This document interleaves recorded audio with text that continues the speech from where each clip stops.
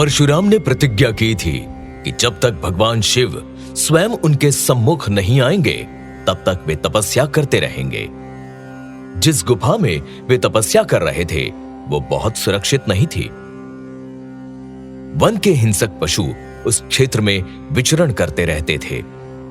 लोमा उनकी सुरक्षा को लेकर आशंकित थी, पर परशुराम के कुछ सत्य ऐसे भी थे जिसका लोमा को पता नहीं था। लोमा नहीं जानती थी कि पशु पक्षी परशुराम से मित्रवत व्यवहार करते हैं और वे उनकी भाषा समझते हैं, तो उन्हें वन पशुओं का कोई भय नहीं था और उन्होंने अविचल समाधि आरंभ की थी। समाधि की अवस्था में ही उन्होंने भगवान शिव, पार्वती, गणेश, कार्तिकेय को देखा। भगवान शिव के मुख पर अद्भुत मुस्कान उभर आई थी। वे समझ नहीं पाए कि उन्हें शिव परिवार के साक्षात दर्शन हुए या अपने सूक्ष्म रूप में। बस डमरू नाद के भगवान शिव के स्वर सुनाई पड़े। देवादिदेव, आप? केवल हम ही नहीं परशुराम, हमारा समस्त परिवार, देवी पार्वती, गणेश, कार्तिकेय और ये हमारे गण। मैं कुछ बोल नहीं पा रहा हूं देवादिदेव, बस दर्शन कर रहा हूं। कैसे आभार प्रकट करूं? तुम्हारे नेत्रों में अश्रु क्यों? उठो राम, चैतन्य हो जाओ। हम तुम्हारी तपस्या से प्रसन्न हुए। वर मांगो राम। आपके दर्शन पाकर धन्य हुआ। मुझे और कुछ नहीं चाहिए। अब कोई इच्छा शेष नहीं रही। आप स्वयं आदेश दें महादेव। यदि मेरा उद्देश्य सार्थक है तो पथ प्रदर्शन करें। परशु के रूप में हम स्वयं तुम्हारे साथ हैं राम। तुम्हारा जन्म सत्ता की निरंकुशता के अंत के लिए हुआ है। इस उद्देश्य की पूर्ति के लिए हम तुम्हें अपना धनुष और अक्षय तुणीर प्रदान करते हैं। और महादेव शिव ने अपना धनुष और तुणीर प्रदान करके परशुराम को एक अनंत शक्ति दी। देवी पार्वती तो साक्षात शक्ति रूपा है, तो उन्होंने परशुराम की शक्ति को शाश्वत रूप दिया, जिसकी आवश्यकता हर एक युग में रही है। इस प्रकार वे चिरंजीवी हुए। जब शिव परिवार से शक्तियां अर्जित कर रहे थे, तब लोमहर्षिणी ने उनकी गुफा में झांक कर देखा तो उसके होश उड़ गए। गुफा में दिव्य प्रकाश भरा था। परशुराम सहस्त्रों शिवलिंगों के बीच दिखाई दे रहे थे। वे प्राणहीन शरीर मात्र थे। वो अपने आप में बोल पड़ी, परशुराम, आप कहाँ हैं परशुराम? कुछ बोलते क्यों नहीं? क्या हुआ आपको? आपने तो कहा था कि आपको कुछ नहीं होगा।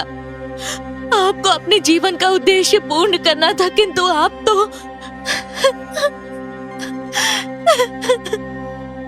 और अचानक भगवान शिव का डमरू निनादित हुआ। लोमा शून्य में समाती चली गई, जैसे संपूर्ण सृष्टि शिवमय हो गई हो। लगा जैसे शिव सर्वत्र व्याप्त हो गए। गुफा में, बहती हवाओं में, कंदराओं और गुफाओं में शिव के अतिरिक्त कुछ नहीं था। और फिर लोमा को कुछ भी याद नहीं रहा। उसकी चेतना उस समय वापस लौटी जब परशुराम ने उसके माथे पर हाथ फेरते हुए कहा, उठो लोमा, मेरी तपस्या पूर्ण हुई। ओह, आप कहाँ थे?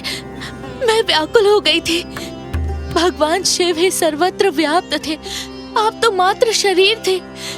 आप मेरे परशुराम ही हैं या मैं भ्रमित हूँ? हाँ लोमा, मैं परशुराम ही हूं, किंतु मेरा पुनर्जन्म हुआ है।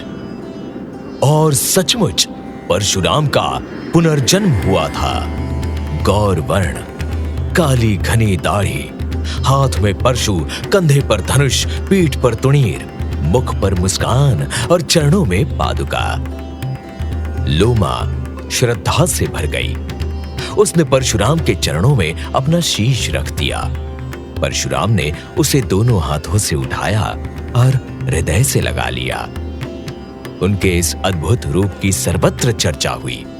बच्चे, बूढ़े, स्त्रियां, नवयुवतियां सभी परशुराम के दर्शन के लिए दौड़ पड़े। वनवासियों में नई जागृति आई, नवीन चेतना का संचार हुआ।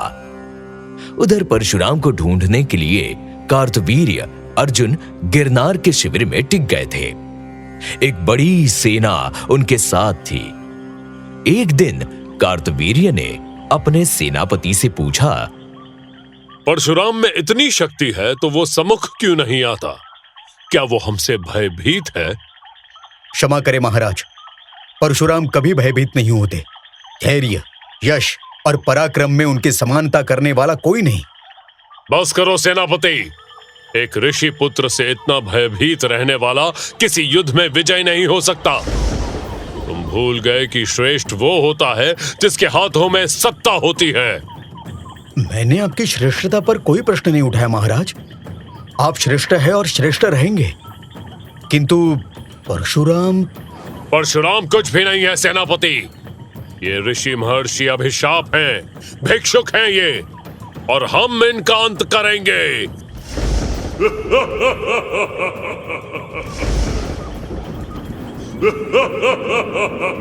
कौन है ये? कौन हमारी हंसी उड़ा रहा है? कौन है ये दुस्साहसी? मैं सत्य हूं कार्तवीर्य अर्जुन, वो सत्य जिसे तुम भूल गए हो। जिन ऋषियों ने ज्ञान, विज्ञान और अध्यात्म के प्रयोगों से जनमानस को नई दिशा दी, तुम उन्हें भूल गए।